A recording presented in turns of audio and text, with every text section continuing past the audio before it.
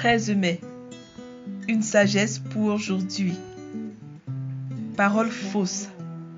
Le juste a de la haine pour les paroles fausses. Le méchant se rend odieux et fait rougir. Proverbe 13, verset 5. Dans ce proverbe, le sage expose l'attitude du juste et du méchant face aux paroles fausses. Tandis que l'un éprouve de la haine, l'autre quant à lui s'y plaît et se rend odieux aux yeux de Dieu et du juste.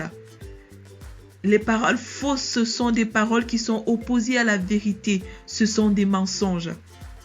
Ces mensonges abîment progressivement le cerveau de l'homme et le conditionnent à une conduite insensée vis-à-vis de lui-même, injuste vis-à-vis des autres et impie vis-à-vis de Dieu. Croyons-nous pouvoir vivre sans plus jamais dire un mensonge quel qu'il soit? Si oui, comment croyons-nous que cela soit possible? Une chose est sûre, soit nous allons aimer la vérité et haïr le mensonge, soit nous allons nous plaire dans le mensonge et haïr la vérité. Ce n'est pas possible d'aimer et de haïr les deux en même temps. Quel est notre choix? La racine principale de tout mensonge ou de toute parole fausse, c'est l'ignorance.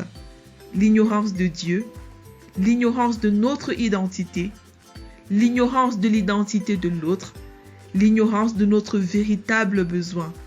Jésus dit, « Vous connaîtrez la vérité et la vérité vous affranchira. » Jean 8, verset 32. Jésus donne aux Juifs l'antidote de l'ignorance, la connaissance de la vérité. Vérité. La connaissance de la vérité fait tomber tout type de chaîne. Application.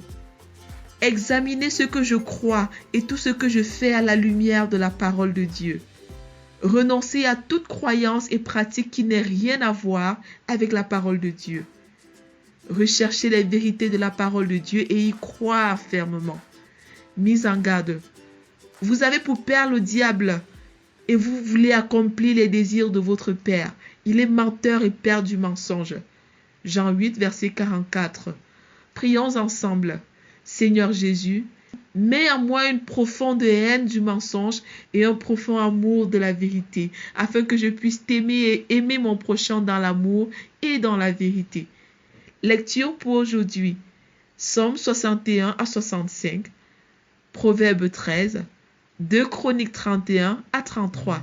Vous êtes bénis. Amen.